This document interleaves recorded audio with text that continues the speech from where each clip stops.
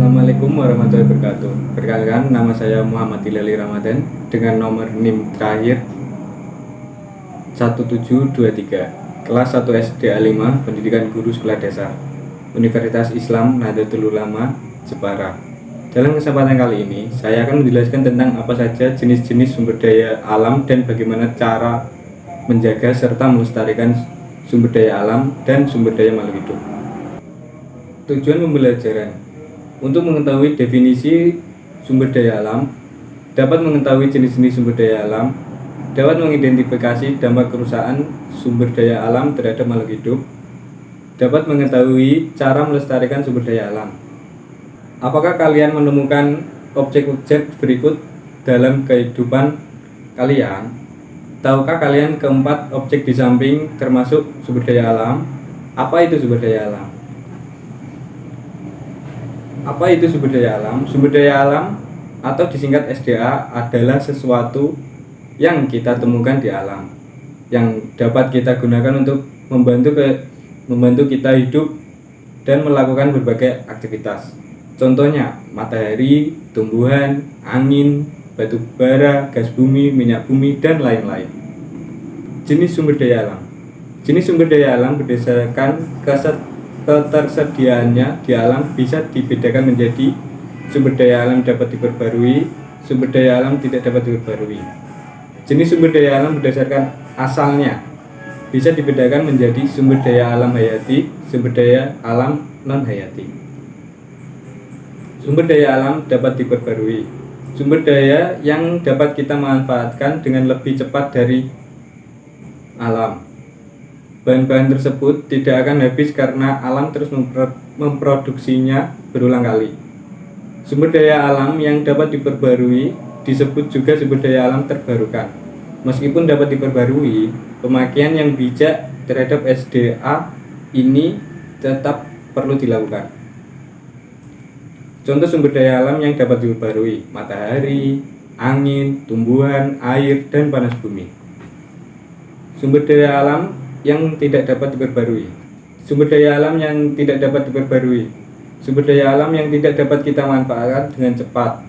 Butuh waktu lama untuk terbentuk kembali, sehingga jumlahnya terbatas, jadi bisa habis jika digunakan terus-menerus.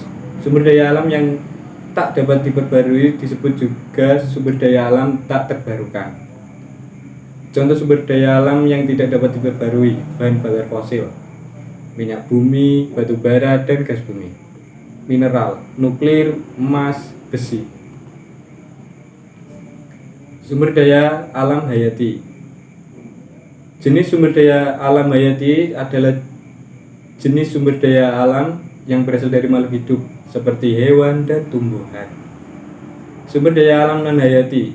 Jenis sumber daya alam non hayati adalah jenis sumber daya alam yang bukan berasal dari makhluk hidup atau benda mati seperti mineral, air, matahari, dan minyak bumi.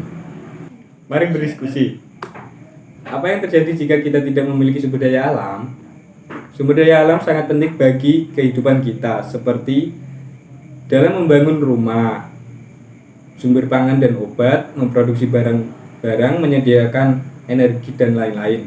Sehingga jika kita tidak memiliki sumber daya alam, maka kita tidak bisa memenuhi kebutuhan sehari-hari. Bagaimana kondisi sumber daya alam kita saat ini? Banyak sumber daya alam yang ketersediaannya mulai menipis. Hal ini disebabkan oleh beberapa faktor seperti penebangan hutan secara liar, pencemaran lingkungan, bencana, penggunaan energi berlebih. Bagaimana cara agar SDA kita tidak habis ya? Mari kita jaga dan upayakan kelestarian sumber daya alam kita dengan cara reboisasi atau menanam pohon kembali setelah ditebang, menjaga kebersihan atau membuang sampah pada tempatnya, daur ulang, memproses, mengubah bahan bekas limbah menjadi bahan baru yang dapat digunakan kembali. Menggunakan sumber daya alam terbarukan. Menggunakan sumber daya alam terbarukan seperti tenaga surya, air, atau angin sebagai pembangkit listrik. Bijak dalam menggunakan energi, mematikan lampu ataupun air saat tidak digunakan, dan tidak menggunakan kendaraan umum. Kesimpulan, jenis sumber daya alam sumber daya alam yang dapat diperbarui dan tidak dapat diperbarui, sumber daya alam hayati dan non hayati.